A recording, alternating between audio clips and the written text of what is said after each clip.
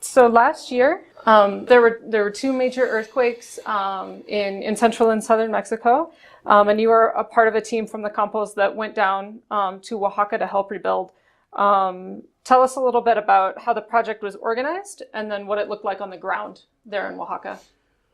Yeah, very, very interesting thing. It was quite a bit different. I was back in 2010, I was in Haiti. At the earthquake, where the earthquake was, and this looked quite a bit different. So, yeah, it started out as a little group that was gathering funds, and it became a larger thing than everyone ever thought it would. Yeah. So, the first time I went down there in October 2017, I was just basically involved with about 20 boys, and we went there to help building these metal houses. Yeah. So that time I took my wife along and two of our girls, and we worked there for a little over a week. And the time when we were out there, we tried to be as much as those people in Oaxaca. So we slept in tents, the way they were sleeping in tents. Yeah. We had our food outside the way they had their food outside, and we had church outside the way they had it. Yeah. So it was quite an experience. And what I enjoyed so much was that I could work together with these young boys here from these camps who seemed that everybody was eager to see how much they could get done in a day.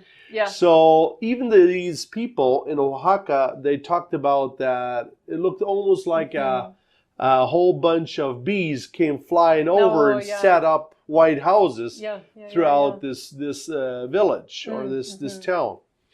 And so when we got back home, people said there's more money. Why we wouldn't do some more? So we thought we were done because we did 200 of them. And so there was more money, so we went back and we did another 100 houses. Oh, wow. Yeah. But now this time, the last time they asked me if I want to be involved to plan everything, because they said, well, since we had been working in missionary work and so on, and they had been this whole thing started actually as a firefighter service. It actually went kind of beyond their thoughts when they started everything. Went way bigger. Yeah. So they asked us if we could help in some ways. Yeah. So I enjoyed organizing this, where we had over 100 people coming in and helping us. Yeah. And so I was there for just about 2 weeks. And another thing that was quite stressful is you go out there. Now, we have families here at home. We couldn't be there forever. So we had to organize the prefab out here. When is the material going to get there? Is the cooks going to be there? Yeah. Is the kitchen going to be there? Yeah. Is the buses going to be there on time? Yeah. Are the people going to come in? Are the people knowing what they will do? So we had a van that actually came with two guys who had been there before.